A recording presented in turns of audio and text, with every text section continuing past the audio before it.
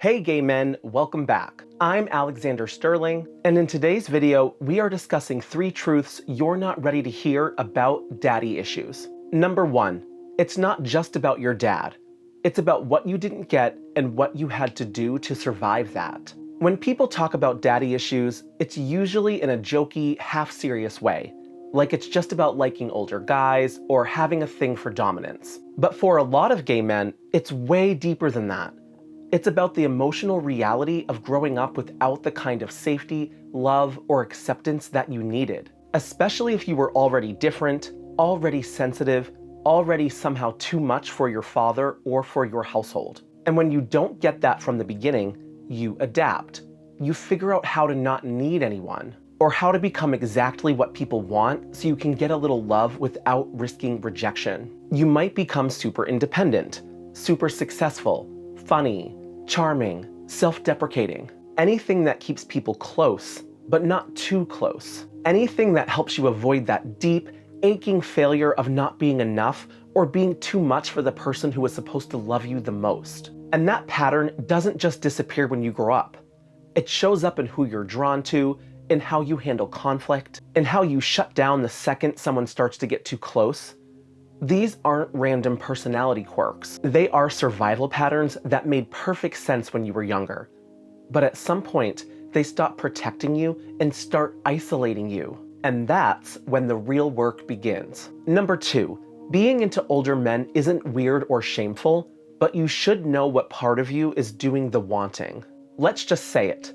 A lot of us are drawn to older guys. There's nothing inherently wrong with that. But it's worth asking yourself why.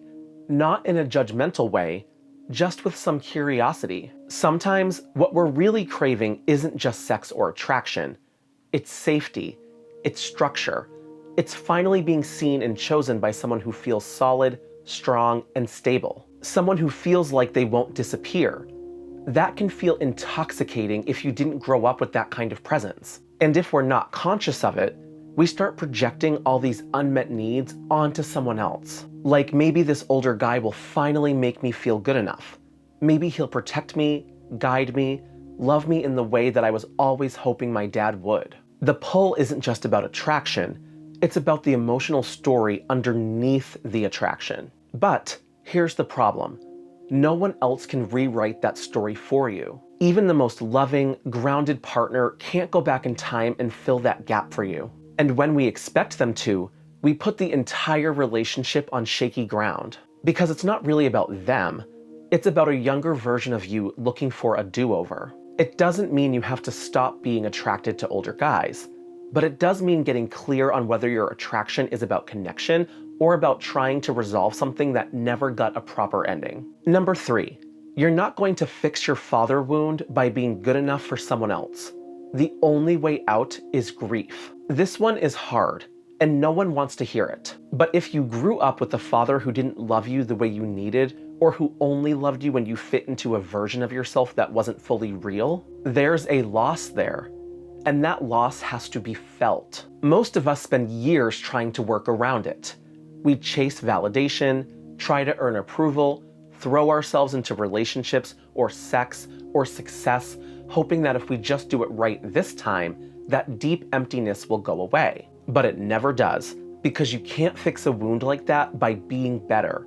You can only heal it by feeling it, by admitting to yourself what you didn't get and letting yourself be angry or heartbroken about it. And I don't mean some abstract, poetic grief. I mean actually sitting with the pain of realizing your dad never saw you, or that he only loved a version of you that wasn't real, that he wasn't who you needed him to be, not even close, and that, yeah, you're still dealing with the fallout of that. That's not weakness, that's honesty.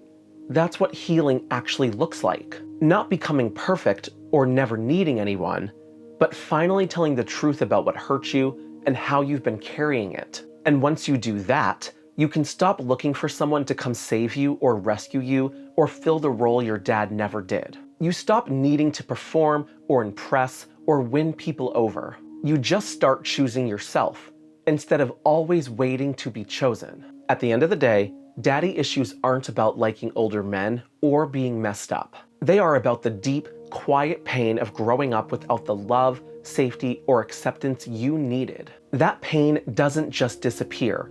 It shapes who you're drawn to, how you love, and what you think you have to do to be worthy. But healing doesn't come from being chosen by someone else. It comes from grieving what you never got and finally giving yourself the care and validation you've been chasing your whole life. Thanks for watching. If you're a gay man and these conversations speak to you, go ahead and hit subscribe. I post new videos every week about the things we go through: love, identity, healing, and everything in between. I'd love to have you be a part of this community. Take care of yourself, and I'll see you in the next one.